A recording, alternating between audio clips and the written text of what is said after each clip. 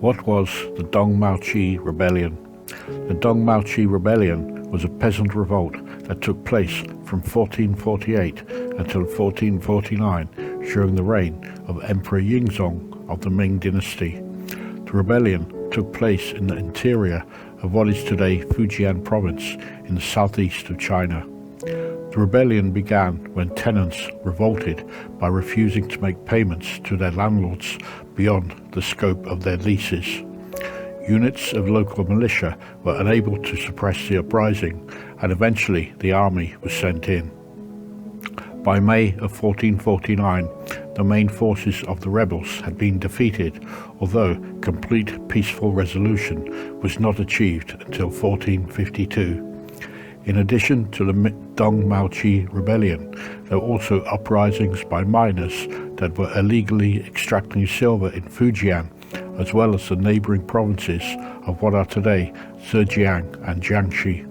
This uprising was led by Ye Zongliu and occurred from 1447 until 1449.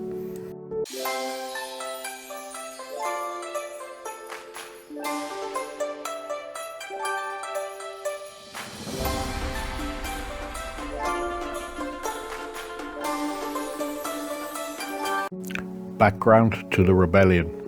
In 1436, the government of Emperor Yingzong converted grain taxes in some of the southern provinces of China into payments in silver. These were known as golden flower silver or Jinhuayin. 2 years later, in response to the increased demand for silver, the government closed down silver mines while banning small-scale mining of silver on the border of the provinces of Zhejiang and Fujian. Those that violated the ban were subsequently executed. However, in an overpopulated area of high levels of unemployment, many disregarded the ban and continued to mine the precious metal, leading to a rise in what were termed mining bandits or guangzai. In an attempt to combat this issue, the government organized the local militia in the mid-1440s through the baojia system of watches and tithings. Local men were trained to fight using weapons stored in village armories.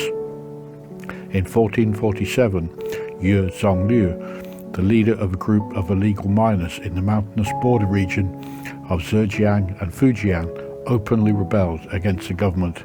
He gathered followers, formed an army, even declared himself king, with the rebellion not being fully quelled until August 1449. Course of the rebellion. Two of the overseers of the baojia in the interior of Fujian, Deng Maoji and Deng Maoba, used their influence in supporting the tenants in their demands against the landlords. The tenants were demanding the winter gift be abolished. This was an additional fee traditionally imposed in addition to the taxes they were already liable to pay. In March 1448, the landlords requested the authorities arrest the brothers, but the Deng brothers resisted, and in measures of retaliation, the county magistrate was killed. The rebellion was initially successful. By the end of the summer, they were in control of 2 county towns. The government, in an attempt to pacify the situation, forgave the payment of outstanding taxes and granted a 3-year exemption of obligatory work through the leasia system. Despite this, the more radical faction of the rebels refused to comply. Both sides of the conflict, the rebels and the local authorities in unison with the landowners, utilized the baojia organizations to forcibly enlist large numbers of peasants into their armies. This resulted in a major disruption to agricultural work. The rebel army grew to several 100,000 men, with their leader Deng Maoji declaring himself king. In the latter half of 1448, the conflict had spread throughout Fujian, overwhelming the local militia's ability to handle the insurgents. By September 1448, the government had deployed regular army soldiers to combat the rebels. The main force of around 50,000 soldiers was assembled in northeastern Jiangxi targeting first the stronghold of Ye Zongliu, who had taken control of the mountainous border between Jiangxi and Fujian. Ye was killed in December 1448, and the remaining rebels were forced to retreat further north into southern Zhejiang, where they were ultimately defeated by August 1449. Meanwhile, the Deng brothers were captured and executed in February 1449 after being betrayed by their fellow rebels. Their cousin took control of the rebellion until he too was betrayed from within. By May 1449, the government army had successfully defeated the majority of the rebel forces. However, it was not until 1452 that the final scattered group of rebels were eliminated and peace was restored. Causes and consequences of defeat. According to the Canadian historian Timothy Brooke, the tenants lost a personal relationship with their largely absent landlords, and instead of viewing that relationship with their landlords as purely a contractual one, they then refused to make payments that were not explicitly stated within their contract.